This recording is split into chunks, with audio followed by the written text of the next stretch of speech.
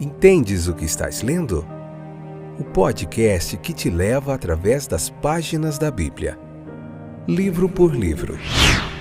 Capítulo por capítulo. Uma exposição bíblica emocionante. Aperte os cintos e embarque comigo nesta viagem.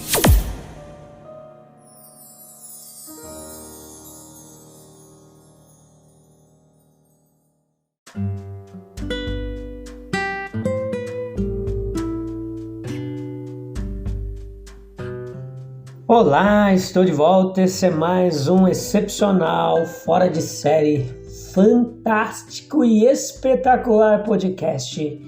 Entendes o que estás lendo? Mais um episódio. Hoje a gente vai começar juntinhos, eu e você. Tudo bom com vocês? Eu sou o Fábio e hoje vai ser Marcos capítulo 11, parte 1ª, episódio número 483, 6ª temporada. Hoje a gente vai falar um pouquinho sobre Jesus como rei ali, entrando na cidade santa de Jerusalém, como foi tudo aquilo. E depois nós vamos continuar, tem bastante assunto aqui nesse capítulo. E a gente vai fazer provavelmente 4 episódios. Então você fica aí com a gente, tá bom? Abrindo a boca aqui, Jesus, que sono é esse? Mas a gente, vamos lá concentrar aqui. Ai, Senhor amado. Jesus como rei, Marcos capítulo 11, versículo 1 ao 3. Espero que esteja tudo bem com vocês. Que bom tê-los de volta aí, os nossos amigos de várias partes do Brasil e do mundo, que sempre acompanham esse podcast. A gente está tentando manter firme aqui esse propósito. Esses dias saí um pouco do Instagram, das mídias sociais, dei um descanso um pouquinho para tentar concentrar aqui e focar somente no podcast, que eu não estava dando conta, gente, de fazer postagem, de fazer o podcast.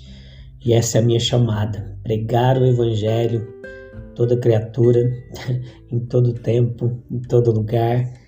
E eu estou mais focado aqui no objetivo, naquilo que Deus tem nos chamado. Então vamos lá? Marcos capítulo 11, versículo 1 ao 3, Jesus o rei. Na ocasião descrita aqui nesses versículos específicos, Jesus ele assume uma autoridade real, amado como amigo, reverenciado como professor e seguido como operador de milagres. Ele agora declarava sua realeza e exigia obediência. Olha só. Nisso ele ensinou a nós, os seus súditos, algumas lições preciosas que eu vou compartilhar aqui com vocês. Jesus como rei, ele exige absoluta obediência. Para os 2 discípulos, esse comando deve ter parecido estranho. Depois de encontrar o animal que Jesus havia pedido ali, eles não deveriam pedi-lo, mas levá-lo. E se sua ação fosse questionada, eles deveriam apenas dizer: o Senhor precisa dele. Não foi a primeira ocasião, porém, em que eles simplesmente obedeceram. Cristo tinha direito à obediência absoluta deles e sua fé foi testada por essa exigência. A obediência inquestionável à verdade e ao dever, ela é muito rara, gente. Se temos certeza de nosso dever como seguidores de Jesus Cristo, nós devemos sê-lo independentemente das consequências. Ele antecipa nossas dificuldades, como previu a questão do dono do jumentinho. Ele nos pede para dar um passo e com ousadia, embora não vejamos o que virá a seguir, nem aonde isso pode nos levar. Se formos para o Mar Vermelho, isso nos proporcionará um caminho seguro e impedirá que os nossos inimigos nos sigam. Cristo Jesus, durante seu ministério, era como alguém não tendo nada, mas possuindo todas as coisas. Quando o dono do jumentinho ouvisse: o Senhor precisa dele, ele estava pronto para o uso do Senhor.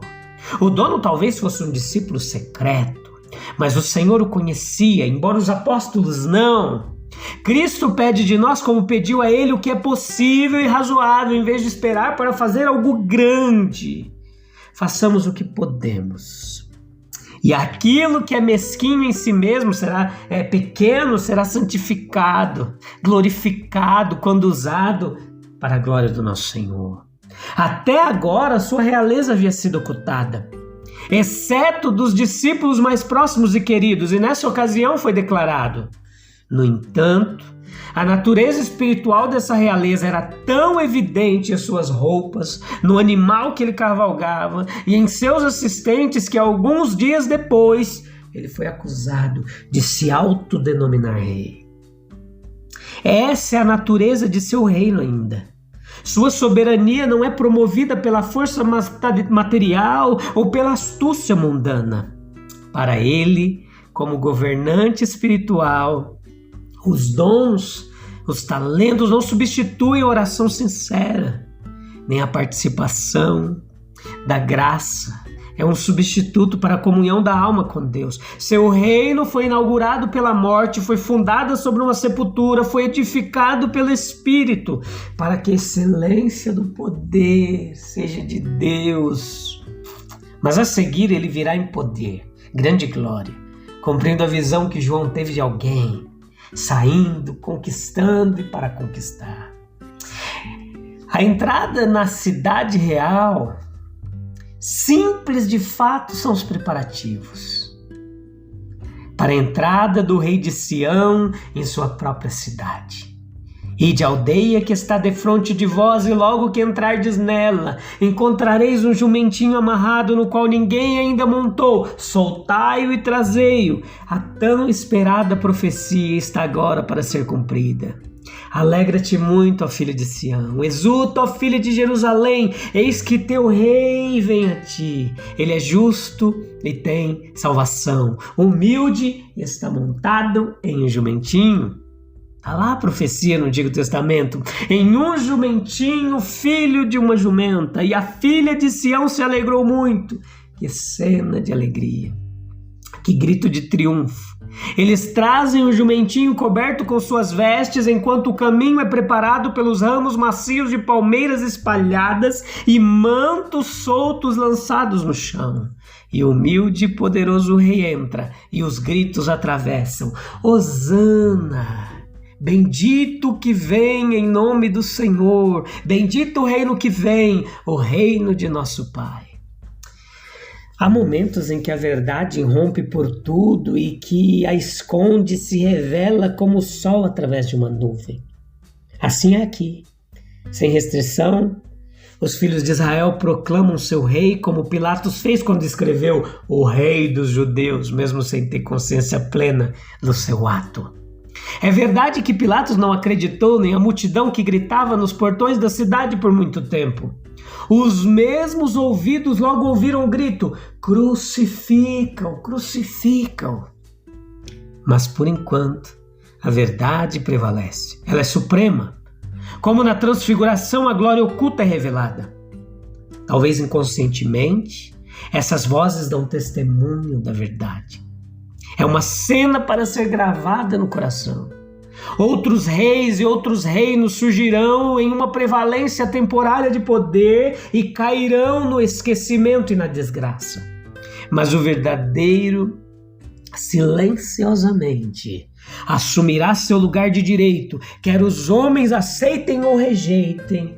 Jesus é um rei. Jesus é o rei dos judeus, embora seus sacerdotes gritem em voz alta: não temos rei senão a César. Jesus é o rei dos reis. Mas o reino não é deste mundo, nem passará como os reinos deste mundo. Ele permanece para sempre. Feliz é o homem que é um súdito verdadeiro e fiel sob esse reino celestial. O ato foi ainda mais impressionante, porque ele se destacou em raro contraste com o teor comum da conduta de Cristo. Ele é reconhecido com brados leais como Rei e Senhor. As palavras de aclamação são citadas de um salmo, lá o Salmo 118, versículos 25 e 26, que celebra e prediz a libertação. Seu reino prevalece pela verdade, mansidão e amor. Que venha o teu reino, como diz a oração do Pai Nosso. Ele é o Rei e Salvador predito, o representante de Deus na terra. Assim, nessa cena alegre e humilde, de alegria e regozijo popular e instrutivo, temos o emblema do progresso do cristianismo no mundo. Jerusalém está a uma altitude de 3.600 pés acima de Jericó, no Vale do Jordão, algo em torno de 1.000 metros de altitude. A distância entre as duas cidades é de mais de 15 milhas, cerca de 25 quilômetros, um pouco mais, um pouco menos. E esse caminho que Jesus fazia de Jericó subindo para Jerusalém. Ele havia curado o cego de Bartimeu lá em Jericó e agora subia para Jerusalém. Cansado da viagem, com essa jornada ascendente, subindo gradualmente todo o caminho, nosso Senhor passou o sábado com a família de Betânia, onde descansou, se revigorou. Lá, Betânia, que João chama de a cidade de Maria e sua irmã Marta, são irmãs de Lázaro, que fica a 15 estádios mais ou menos, cerca de 2 quilômetros, 700 metros, quase 2 milhas de Jerusalém. Recebe o nome dos frutos que outrora floresceram ali. Betânia é traduzida por alguns como Casa dos Figos ou por outros como Casa das Tâmaras. Fruta pouco popular aqui pra gente. Agora, hoje é chamada de Azarie, não sei a pronúncia certa, mas é o nome de Lázaro em árabe. E agora é uma cidade palestina, chamada assim em memória do milagre ali que foi operado na cidade ao Lázaro ser ressuscitado dos mortos. Então, da caravana de peregrinos que acompanhou Nosso Senhor e seus discípulos na jornada de Jericó, alguns seguiram direto para a cidade santa, outros armaram suas tendas no vale arborizado de Betânia, outros novamente lá nas encostas do Monte das Oliveiras, em frente com uma vista espetacular da cidade de Jerusalém. A vida e o ministério de Nosso Senhor estavam rapidamente chegando ao fim. A hora de sua partida estava próxima. Não há mais necessidade de impor sigilo em relação aos seus milagres ou de ocultação em relação ao seu cargo, para que não haja comoção pública, ou para que seu trabalho não seja interferido ou interrompido pela oposição de inimigos antes da semente da verdade, que ele havia semeado por seus discursos e parábolas, deveria ter tempo para se enraizar na mente do público. Publicidade agora em vez de sigilo é necessário. O grande cordeiro pascal deve ser sacrificado e assim o sacerdote está a caminho do local do sacrifício. O profeta está subindo à casa de Deus para renovar a obra de reforma, retificar abusos, restaurar ou pelo menos exibir a pureza condizente com o serviço do santuário e ensinar diariamente como ele faz no templo. Acima de tudo, o rei sobe à sua capital. A filha de Sião receberá seu rei com alegria. Até então, ele havia realmente andado continuamente fazendo bem, mas com pouco ou nenhuma exibição externa, exceto pelas multidões que se seguiram para curar ou ouvir. E em algumas raras ocasiões e com algumas exceções marcantes, ele havia sido pouco reconhecido, sendo desprezado e rejeitado pelos homens. Agora chegou a hora de anunciar seu reino e reivindicar a honra de um rei. A confissão pública de sua dignidade, a declaração oficial de sua figura como Messias e a proclamação formal de seu reino agora deveriam ser feitas. Ele agora iria reivindicar seu direito de reinar. Agora, pela primeira e única vez, ele assume algo de realeza ao entrar em sua metrópole. Também não havia nada de muito grande ou muito extravagante nessa exibição de realeza. O todo foi realizado em um disfarce humilde.